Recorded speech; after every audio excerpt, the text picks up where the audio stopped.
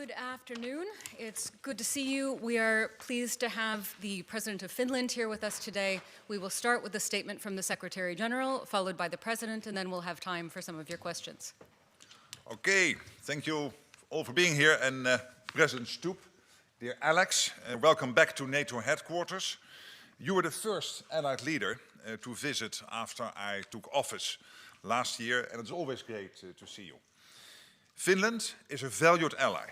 Your membership strengthens NATO's deterrence and defense.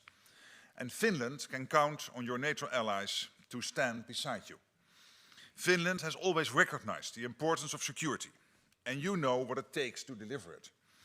You spent over 2.4% of GDP on defense last year and will spend over 2.7% this year. And together with Sweden, you are establishing a new NATO forward land force in Finland that will further reinforce NATO's posture. And of course, I welcome the new multi-corps land component command in Mikkeli, which will plan, prepare and run the activities of NATO land forces in Northern Europe. Finland contributes to air policing over Iceland this February and Romania last year. And most recently, you deployed a counter-drone detachment in support of Denmark. You also contribute to Baltic Sentry, which we launched in January in Helsinki to address threats to our critical undersea infrastructure.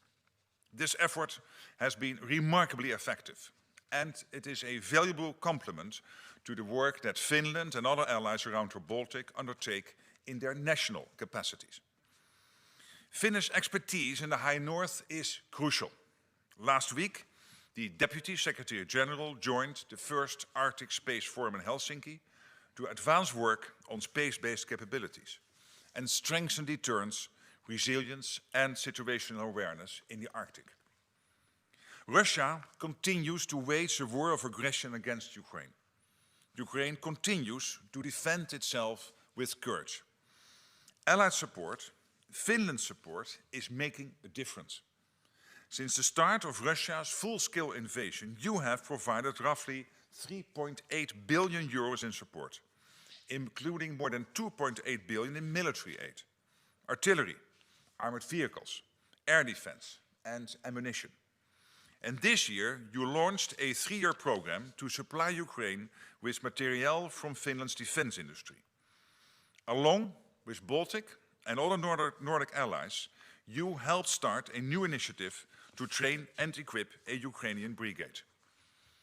And you recently committed 100 million euros to the prioritized Ukraine requirement list, Pearl, enabling the delivery of urgently needed military equipment from the United States to Ukraine. Economic pressure also matters. The latest European sanctions, along with US and UK measures against Russia's largest oil companies, will further constrain the Kremlin's war machine. Deterrence and defense are the bedrock of our security. Together, we are demonstrating readiness and resolve. We are making sure that more capabilities are available whenever and wherever needed, on land, at sea and in the air. And we are working with industry to secure the technology, systems and ammunition required to defend every inch of Allied territory. Our priorities are clear: to deliver on Allied defense spending, to boost defense industrial capacity, and to maintain our unwavering support to Ukraine. So Alex, thank you for your friendship, your leadership, and for Finland's steadfast commitment to our common security. The floor is yours. Thank you very much, Mark. Always nice to be here, albeit I think we message or call each other quite a few times a week, but it's always good to see you live. Today we focused on two things. The first one was how to support Ukraine in defense of Russia's war of aggression. And the second one was how to strengthen our defense and deterrence of the alliance. Of course, Russia continues to bomb civilian infrastructure and civilians and shows absolutely no signs of real willingness to come to the negotiating table. And that's why we firmly believe that we need to do two things right now. The first one of which is to increase sanctions, and the second one is to further support Ukraine militarily and economically. Ukraine's urgent needs must be met, just like the Secretary General just said. We've sent 30 packages to Ukraine. On top of that, we have decided to join the Nordic-Baltic Pearl package with 100 million euros, which the Prime Minister and the government announced a few weeks back. We have also recently launched the Shelter Coalition to help protect Ukrainian civilians. Russia, of course, believes that they can wear us down if they just keep on sending more and more troops to the front line. But I firmly believe that they are mistaken. The Pearl mechanism and the scaling up of our defense industrial bases are proofs of that. Ukraine's financial needs for the coming years must also be tackled urgently. It's obvious that Russia will remain a long-standing threat to security and stability of Europe, even after the war in Ukraine is over. NATO and Europe needs to continue to strengthen our defenses to respond to these threats. The defense spending commitment made in Hague is an important part of this, and we need greater European investment in defense, and Finland will of course play its part, and we expect the same from our allies. As you will know, Finland does have one of the largest militaries in Europe. Lately, Russia has tested the alliances and the EU's unity and resolve by using means of hybrid warfare. We need to strengthen our societies and capabilities, but also keep our cool heads. Acting united, we can do this. And if I may humbly recommend that we all react to these things in the Finnish way, which means not only cool heads, but also sisu, which is grit and perseverance. So you don't need to overreact to anything that happens, because this is unfortunately the new normal, and what Russia is trying to do is to destabilize our societies through information and other campaigns. And as the Secretary General mentioned, our integration to NATO is moving ahead according to plans, including the Land Component Command, which I visited in Mikkeli only a few weeks back, met some of the new staff from, for instance, Denmark and the United Kingdom there. And we also have started work on building FLF Finland, and the work continues as planned. We will continue to contribute to the implementation of NATO's deterrence and defense in the north. Always nice to see you. Thank you very much. All right, we'll start with some questions. The second row here, Ilta Sanomat. Thank you.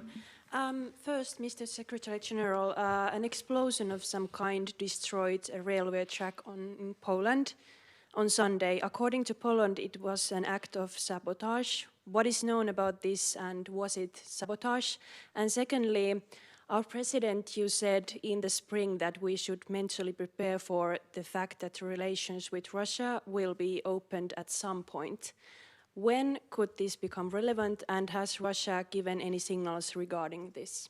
Thank you. On your first question, let me say that, of course, we are in close contact with the Polish authorities, NATO, Poland, intensely in contact on this. And, of course, we now have to await the outcome of the investigation. On your questions on when to open the contacts, I think in diplomacy, timing is always of essence. Right now, the time is to increase the pressure on Russia, both militarily and financially. Usually, I'm a realistic optimist, but to be quite honest, I don't see an end to this conflict this year. The earliest we can get into the negotiating table would be sometime in February, March, but that is for President Zelensky to decide. As far as contacts from European leaders is concerned, there should be no solo acts. That is exactly what Russia is trying to do. So if one European leader were to be in contact, with his or her Russian counterpart, it would have to be closely coordinated. Okay, we'll go to the second row, Reuters. Thank you so much, Lily Bayer from Reuters. I have a question for each of you. Secretary General, over the past weeks, we've seen quite a few drone incidents in Belgium over airports, over sensitive installations.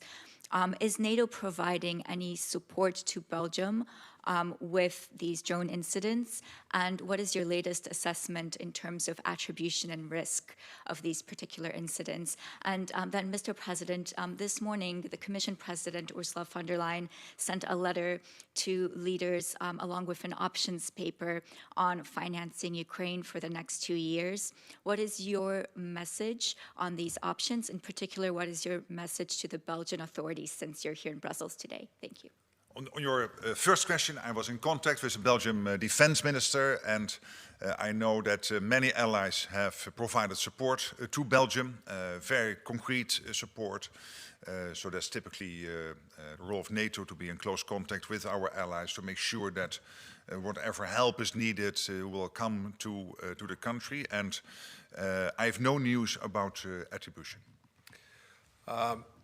When it comes to funding Ukraine, it seems rather clear that there are three options. The first one is that EU member states, or NATO member states for that matter, pay directly, either by taking more loans or using current reserves. The second option is the mutualization of debt on a European level, as was done with Next Generation Europe and with SAFE. And the third option, of course, is the use of the immobilized assets. I will discuss these matters today with Belgium's Prime Minister. I think a lot of European leaders have understood the concerns that Belgium has in this situation, both political and legal. And I hope that when leaders start moving towards the European Council of December, that solutions will be found, because it is of utmost importance that we continue to fund Ukraine in its fight for its existence and survival. Okay, coming to the third row, the woman in the beige jacket. Greta Karvala-Kauppalehti, Finland.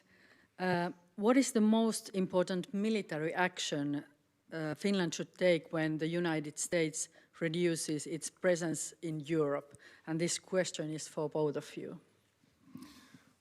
Well, I think we will see a reassessment of the US troop posture in Europe.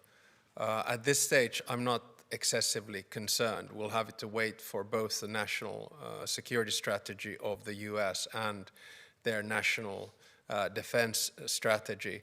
I think it's in the interest of all of us that the United States retains a foothold in Europe, and I don't see any signs of radical changes on that front, but perhaps the Secretary General of NATO knows better. No, I completely agree with that reaction. What we also see is Europe stepping up. We have the NATO summit where European and Canadian NATO allies committed to the 5% defense spending, including 3.5% on core defense, which equalizes defense spending now all over NATO with what the US is spending.